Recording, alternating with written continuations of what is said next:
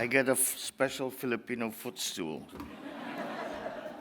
So thank you for such thoughtfulness. Thank you very much for the kind introduction from Mr. John Hamrip, the President and CEO of CSIS and the other CSIS officials. We have with us the Speaker of our House of Representatives, Speaker Martin Romualdez.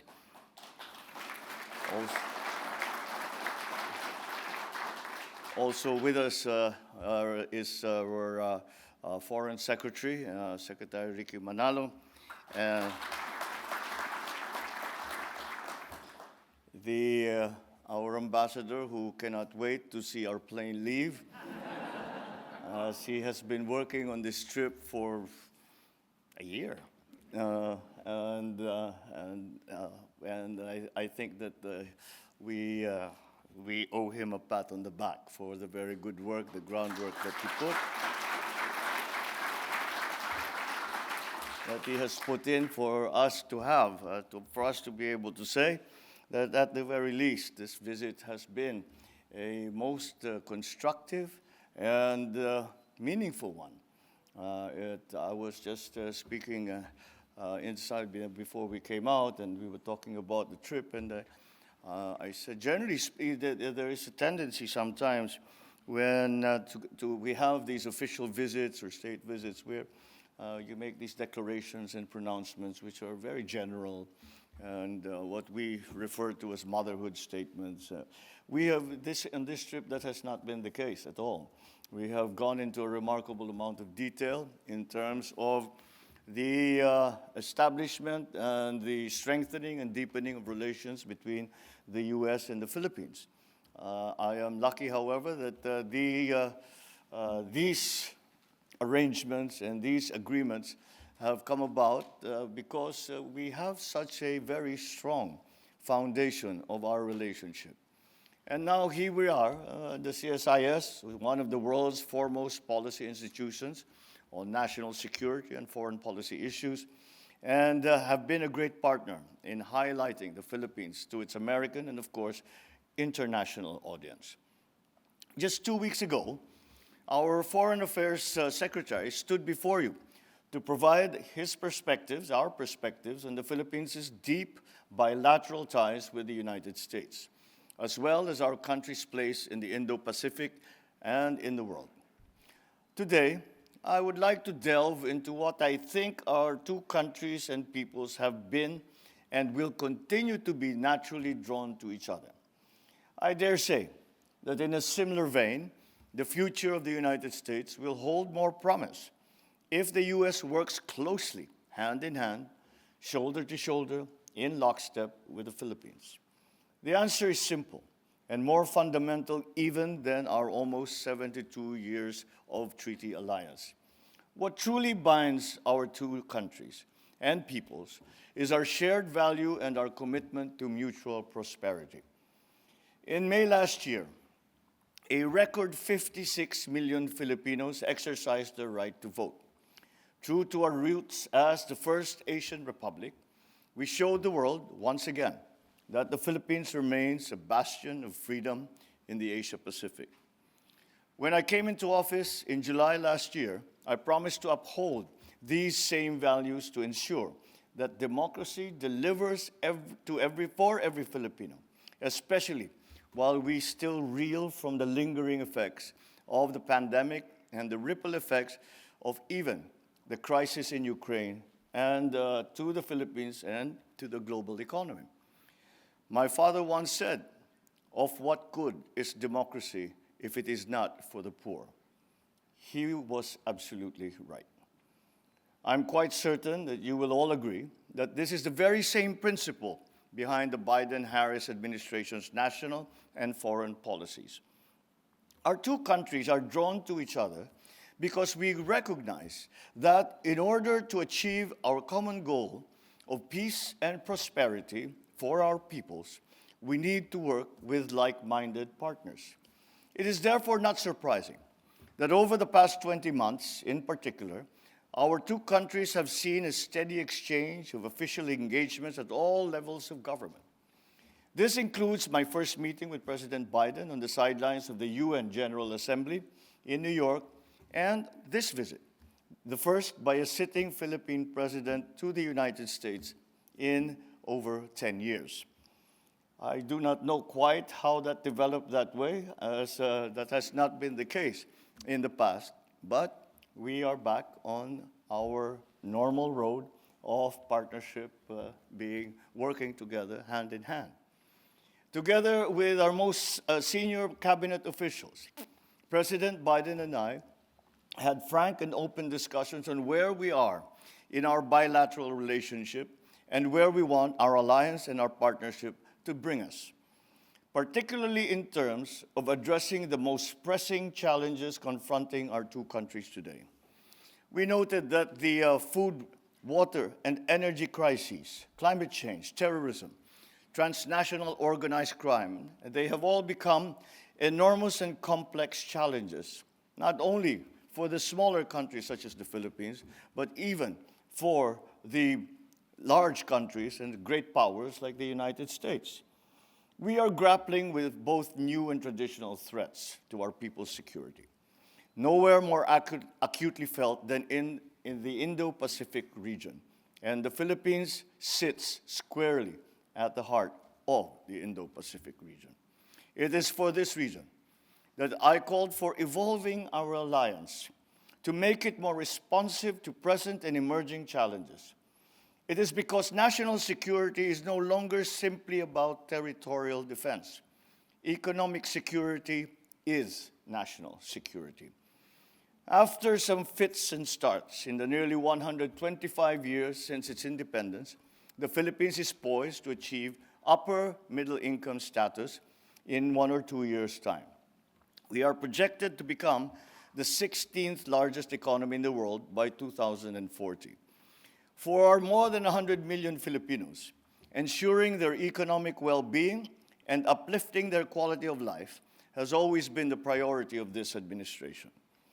We continue to work on finding synergies and aligning our efforts to sustain our economic momentum and secure inclusive development by expanding cooperation in key areas such as agriculture, energy, infrastructure, and to mitigate and adapt to the effects of climate change, to navigate and manage regional and global security challenges. The Philippines was amongst the first to welcome and embrace the US-led Indo-Pacific Economic Framework, because at the outset, we found that our values aligned with the principles underpinning the United States vision for the IPEF, that of transparency, of fairness, competitiveness, of inclusiveness, sustainability, and resilience. One could argue that the Philippines and the United States are natural strategic trade and investment partners. The challenge now is to make sure that the IPEF brings about concrete deliverables, including in closing the infrastructure gap amongst partners, encouraging the connectivity between partners. And when I use the word connectivity, it goes beyond digital connectivity, which has become the most common use of that word, but to include transportation, include trade, include travel by land, by sea, by air. And in that way, we strengthen supply chains, we build resilience, and we open up access and opportunities not only to the digital economy, but to the other emerging sectors that as yet we have not necessarily totally identified, but will come down and will be something that we will have to face in the very near future. We see a couple of issues that are of vital importance to our economic partnerships. First, the reauthorizing of the General System of Preferences, or the GSP program, is a key first step. Both our countries have greatly benefited from the GSP. The program covers over 2,000 products and certainly can be expanded to cover other products of interest. I do not say this lightly, but the Philippines has much to offer when it comes to economic opportunities that both countries can take advantage of. We grew at 7.6% and last year, which made the Philippines one of the fastest growing economies in the Indo-Pacific in 2022.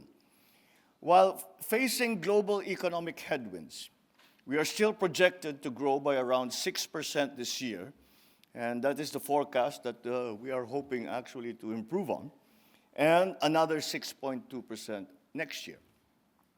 We have a young, dynamic, and skilled labor force. We have instituted several major economic reforms intended to make it easier to do business in the Philippines. And I am proud to say that our macroeconomic fundamentals remain strong. As the United States actively looks for alternative locations for businesses in the region, we urge both the U.S. and the private sector to consider doing business with us in the areas, of course, of clean energy, decarbonization, agriculture, food security, critical green minerals, digital infrastructure and telecommunications, and, as has been spoken about, and in healthcare. We believe that not only do these areas have a high potential for growth, but will also provide the most benefits to our peoples. To advance our common climate agenda, energy and green metals cooperation will be an important piece of our engagement and must be prioritized. The Philippines is interested in becoming a strategic partner of the U.S. in terms of metal processing for American battery application and development. The increased deployment of clean technologies comes with an increase in demand for inputs of crucial energy resource minerals, including cobalt, nickel, which just happen to be very abundant in the Philippines. We are eager to work with the U.S. government to carve out a clear pathway for maximizing incentives under the Inflation Reduction Act to help our sources of raw and processed materials for battery production to complement your national blueprint for lithium batteries. We have recently advanced discussions on a possible 1-2-3 agreement.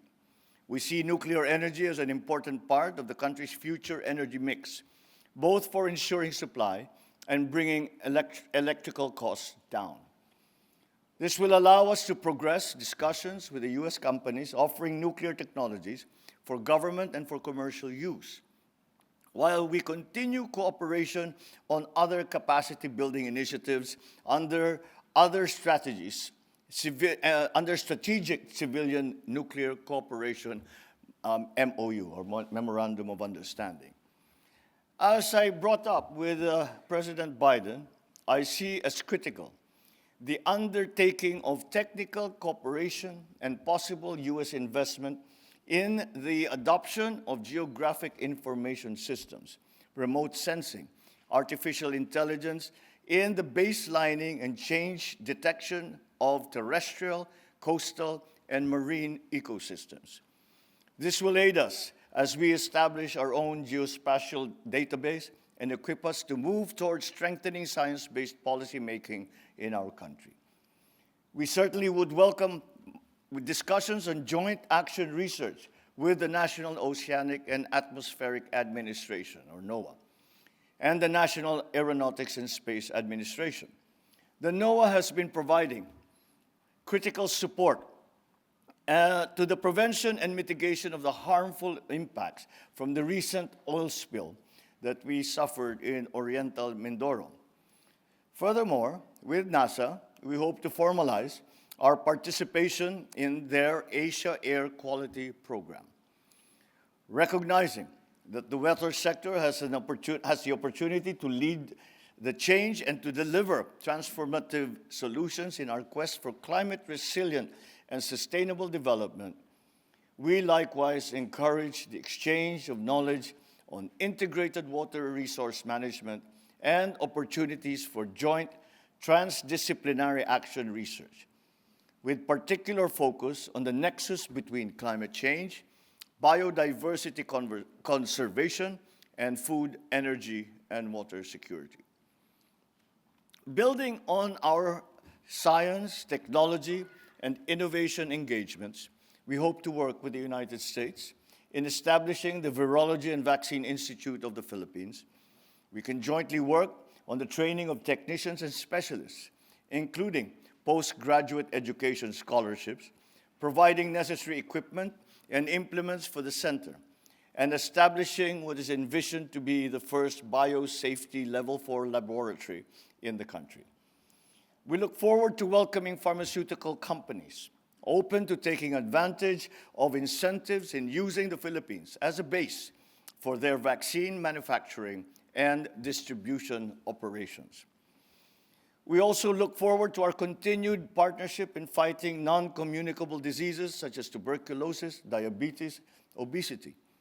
We will require massive investments in the human, physical, and technological resources of the Philippine Genome Center, including access to artificial intelligence tools, training of technicians and of scientists, equipment, and relevant research. There are existing cooperative projects that can be built upon or expanded. We also hope to partner with the U.S. Geological Service in training, research, and projects to support our efforts in making a holistic intervention for protecting our coastal areas by targeting environmental degradation in the uplands that impact upon our coastal ecosystems, such as through sedimentation, by restoring the shoreline and protecting marine ecosystems.